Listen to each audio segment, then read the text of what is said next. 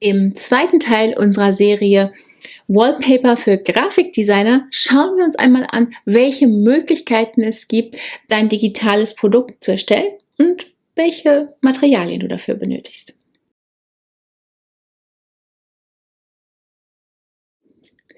Ja, es ist ja immer so, wenn man sich entschließt, ein neues Produkt auf den Markt zu bringen, auch wenn es nur ein kleines ist, ne, wir reden ja hier nicht über die Erstellung eines neuen Handys oder sonstiger Geräte, dann muss man ja zumindest mal überlegen, was man dafür so braucht. Und dafür ist dieses Video gedacht. Ich wollte einfach mal einen kurzen Überblick geben, dass du verschiedene Möglichkeiten hast, deine Produkte zu erstellen. Die sollen sich ja auch immer ein bisschen herauskristallisieren. Ne? Wenn wir uns jetzt hier auf Etsy, das haben wir uns das ja angeschaut, ich verlinke das Video hier noch einmal, dann ist es ja so, dass man da sieht, das wurde ja grafisch erstellt sozusagen. Also hat jemand in Illustrator oder in Affinity Designer oder in sonst einem Programm einen Hintergrund erstellt, hat da ein paar Wellen reingezaubert und ein paar Elemente drüber gelegt und das dann als Wallpaper abgespeichert. Das spricht überhaupt nichts gegen. Wenn du das so machen möchtest, habe ich dir schon gezeigt, geh zu Creative Market, geh zu Designcast, besorg dir Elemente, zieh sie auf einen Hintergrund, mach einen schönen Hintergrund dahinter und die ist übrigens auch zu kaufen gibt, und speichere das ab und verkaufe es als Wallpaper. Spricht gar nichts gegen. Aber es geht natürlich auch noch individueller. Und ja, individueller ist eigentlich immer besser. Warum? Wenn sich jemand dafür interessiert, guckt er vielleicht ein bisschen rum und dann sieht er, ja, sind immer dieselben Elemente und immer dieselben Sachen wieder zu sehen und immer dieselben Lineart zu sehen und immer dieselben Hintergründe zu. Und irgendwann stolpert man vielleicht darauf, dass der Verkäufer das gerade auf Creative Market gekauft hat. Logisch, ne? Es wird ja nicht nur einmal verkauft, es wird ja sehr, sehr, sehr häufig verkauft, hoffentlich. Und deswegen, ja, vielleicht stolpert man irgendwann darüber. Und dann hat man eben kein einzigartiges Produkt, sondern, ja, irgendein Produkt. Ne? Das ist ähnlich vielleicht, ja, diese Plagiate, ne? Wenn man in irgendwelche Länder fährt und man sucht sich dann das neueste Nike-T-Shirt und da steht irgendwie Nike drauf, aber man weiß, dass es das irgendwie nicht ist. Ja, weil man fühlt das schon an der Qualität. Und so ähnlich, oder die neueste Rolex oder sowas, ne? Am Strand, ne? Wenn jemand sein T-Shirt öffnet und dann, ja, dass das eine Rolex ist jetzt schwer zu glauben. Ne? Ja, und so kannst du das da vielleicht auch sehen. Du kannst das Ganze noch sehr viel individueller machen. Und das geht, indem du zum einen selber Hand anlegst, sozusagen, und im wahrsten Sinne des Wortes, ne? Pinsel und Papier kaufst und Hintergründe malst, Lineart malst. Ja, du kannst ein Stück Kreide nehmen und ein paar Blümchen auf das Papier malen, das Ganze einscannen, freistellen und dann für deine Arbeiten benutzen.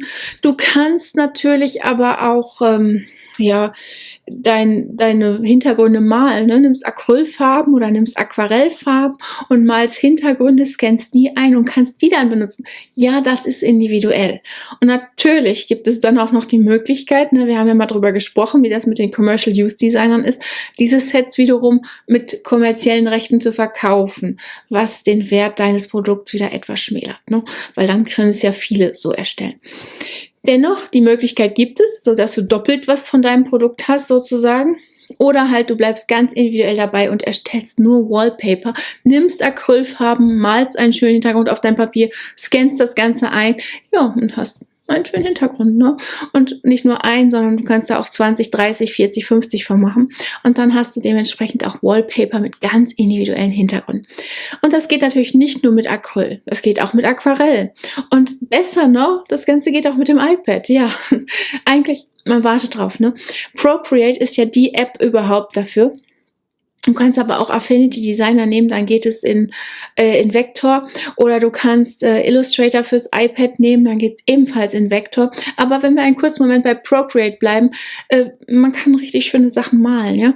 Also mit verschiedenen Pinseln kannst du schöne Hintergründe erstellen. Da brauchst du kein Papier und keine Farben für, sondern machst das einfach auf deinem iPad. Und auch da kannst du die Größe sofort richtig anlegen und kannst eben deine Hintergründe malen, ja, ganz einfach malen. Machbar. Und es gibt noch garantiert noch sehr viel weitere Möglichkeiten.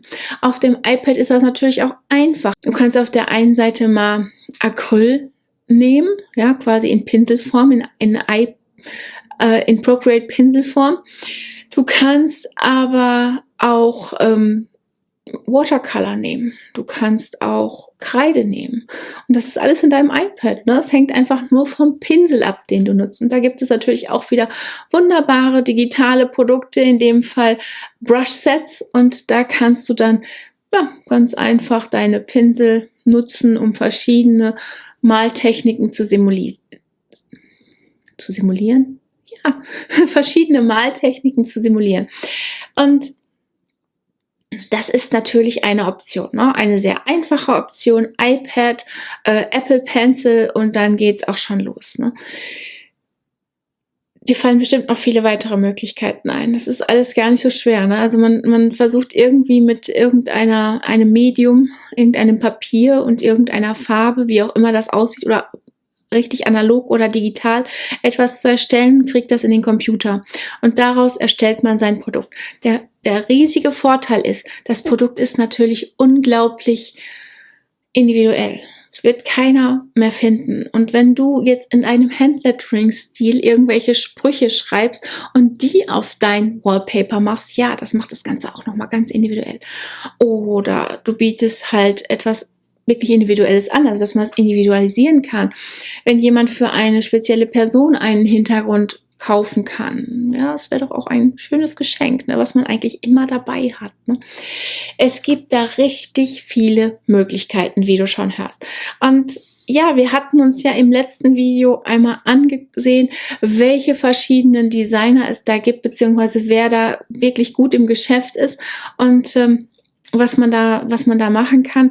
Und ich denke mal, das genügt schon. Wenn du dich auf eine Sparte festlegst, wenn du sagst, okay, ich nehme mein iPad und dann male ich eben da, ist das ganz prima. Du musst nicht unbedingt mit Pinsel und Farbe arbeiten. Ja?